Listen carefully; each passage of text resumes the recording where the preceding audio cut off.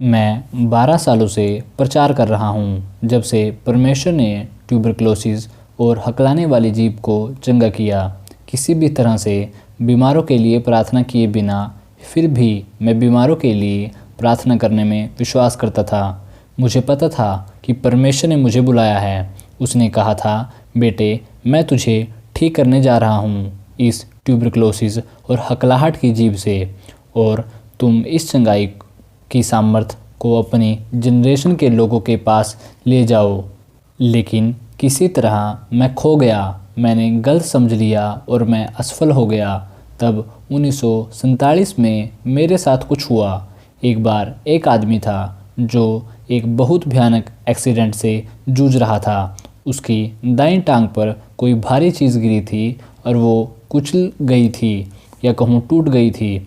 उन्होंने मुझे प्रार्थना करने के लिए बुलाया। मैंने अपने एक दोस्त को बुलाया और हम जल्दी से प्रार्थना करने के लिए गए।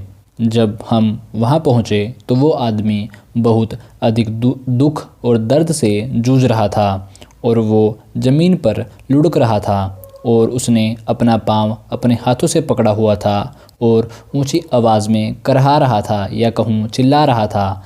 और तब मैं तरस से भर गया, इससे पहले कि मैं जानता कि मैंने क्या किया, और मैं नीचे झुका और मैंने उसके दाएं पाँव को छुआ यीशु मसीह के नाम में। और तब मैं सीधा खड़ा हो गया और थोड़ा पीछे हो गया। तब उस आदमी ने लुढ़कना बंद कर दिया और उसने अपना करहाना और चिल्लाना भी बंद कर दिया।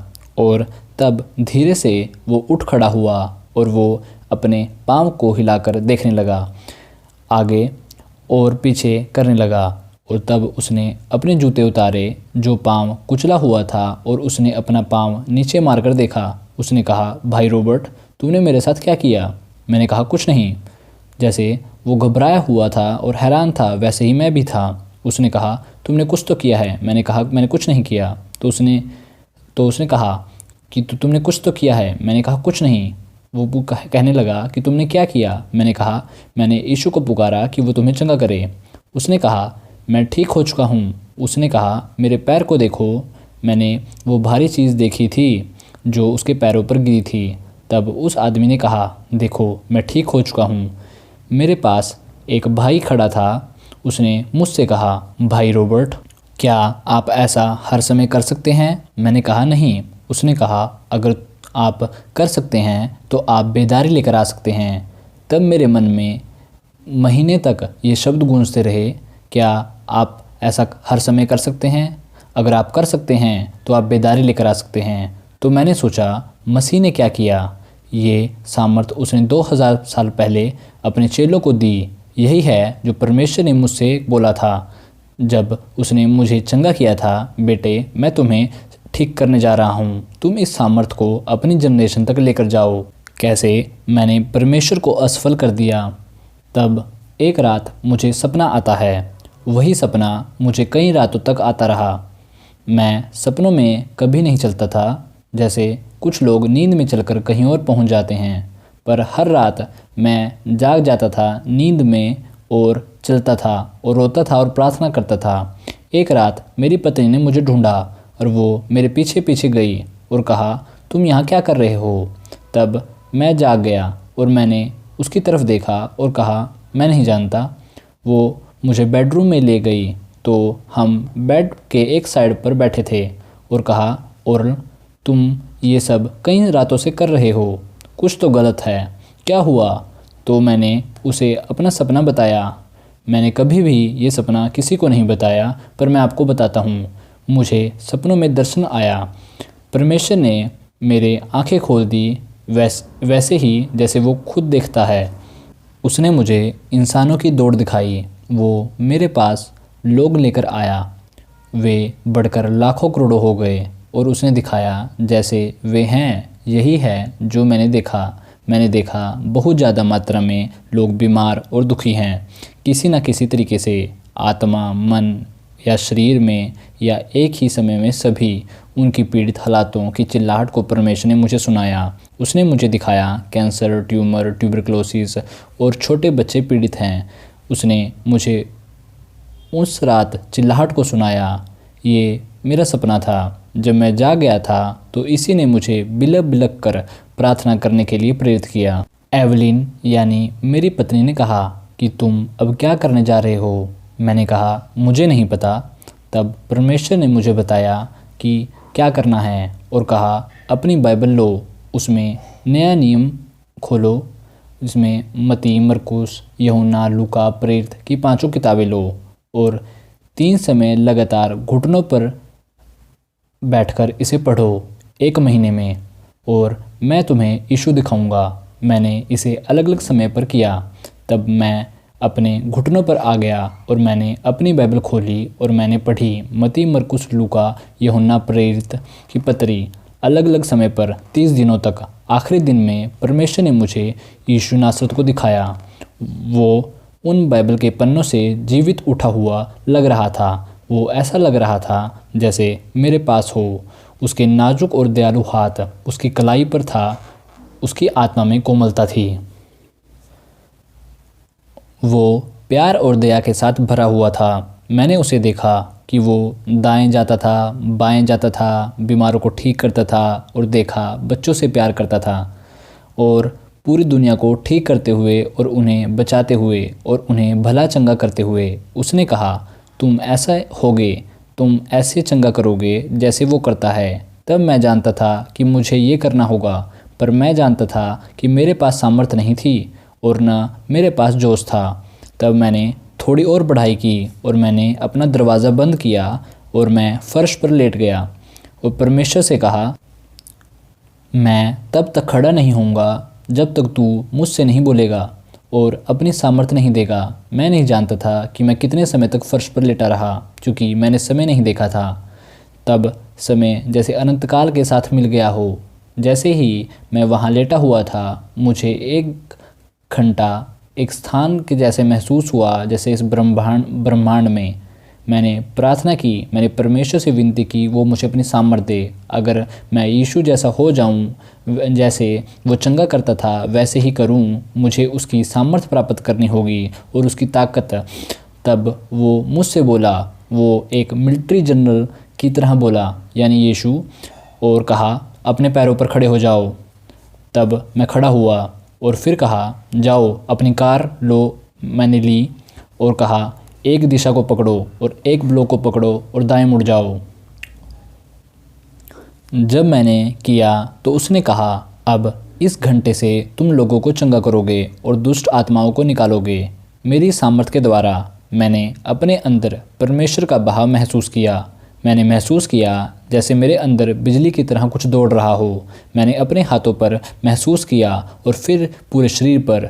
मैं उस घंटे से जान गया था और मैं बाहर जा रहा था परमेश्वर की मदद के द्वारा, ताकि दुनिया में आग लगाऊं, परमेश्वर की आग लगाऊं, परमेश्वर की आग से भरूं। तब मैंने खुलेआम कह दिया कि मैं बीमारों के लिए प्रार्थना करने वाला हूं। तब मैंने परमेश्वर से मांगा कि वो मुझे 1000 लोग दे और आर्थिक जरूरत को पूरा करे और लोगों को चंगा करे। तब मैं जानता था कि परमेश्वर ने मुझे बीमारों पर प्रार्थना करने के लिए बुलाया है। परमेश्वर ने मुझे ये तीनों चीज़ें दी। उसने मुझे लोग दिए, जरूरतों को पूरा किया और लोगों को चंगा किया। सबसे पहली एक जर्मनी की माँ थी जिसका 38 साल से जकड़ा हुआ हाथ था। जब मैं उसे यीशु नाम से मैंने उसे छुआ तो उसका हाथ खुल गया। तो वो चिल्लाने लगी, कहने लगी देखो देखो मेरे हाथ को देखो, ये ठीक हो गया है। मैं कभी उसका चेहरा नहीं भूल सकता। उसका हाथ खुल गया और वो ठीक हो गई। तब उस घंटे से भीड़ आने शुरू हो गई। फिर 3000 लोग, फिर 5000 लोग, फिर 10,000 लोग, अभी हाल ही में 15,000 लोग। ये औसत है। जैसा ये बड़ा टेंट है मेरे दोस्तों, लोग इसलिए नहीं आते क्योंकि परमेश्वर का आत्मा उपस्थित होना चाहिए लोगों को ठीक करने के लिए। यहाँ आप किसी इंसान को सुनने के लिए नहीं आए, आप यहाँ परमेश्वर को सुनने के लिए आए हैं और परमेश्वर की सामर्थ्य को ग्रहण करने के लिए अपनी ज़िंदगी में। अगर आप ये विश्वास करते हैं तो कहें आमीन। मेरे दोस्तों, परमेश्वर ने मुझसे हाल ही में बोला है कि परमेश्वर के लिए 1 मिलियन आत्माओं को जीतो हर साल। मैं जानता हूँ मैं ये अकेला नहीं कर सकता। उसने मुझे दिखाया कि अगर मैं उसके साथ विश्वास योग्य और ईमानदार रहा तो वो मुझे दोस्त और पार्टनर देगा जो मेरे साथ खड़े होंगे। तो एक साथ हम लोग पहले लोग होंगे जो इतिहास में 1 मिलियन लोगों को जीतेंगे हर साल। मैं आपसे प्रार्थना के लिए विनती करता हूँ। मैं आपसे ईमानदारी से भागीदारी और सहयोग के लिए विनती करता हूँ। मानव जाति के लंबे और घिनौने इतिहास में पहली बार होगा एक मंडली अपना हाथ पहुँचाएगी और 1 मिलियन लोगों को खींच ले आएगी यीशु मसीह में। क्या आप कहेंगे आमीन? अब मेरी सुनो। बहुत से लोग कहते हैं, भाई रॉबर्ट, आप इस ज़बरदस्त भीषण गति को कैसे बनाए रख सकते हैं? कैसे आप हज़ारों लोगों के लिए खड़े होकर प्रार्थना कर सकते हैं?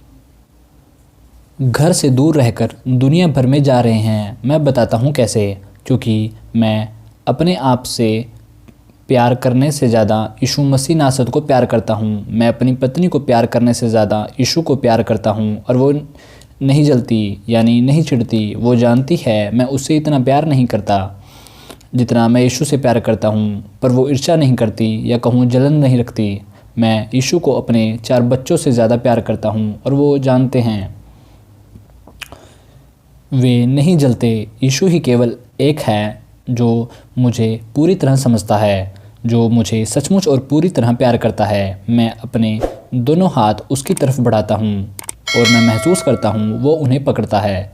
मैं उसके साथ चलता हूँ, बातें करता हूँ। वो सबसे प्यारा नाम है जो मैंने कभी सुना। वो मेरा है, मैं उसका हूँ।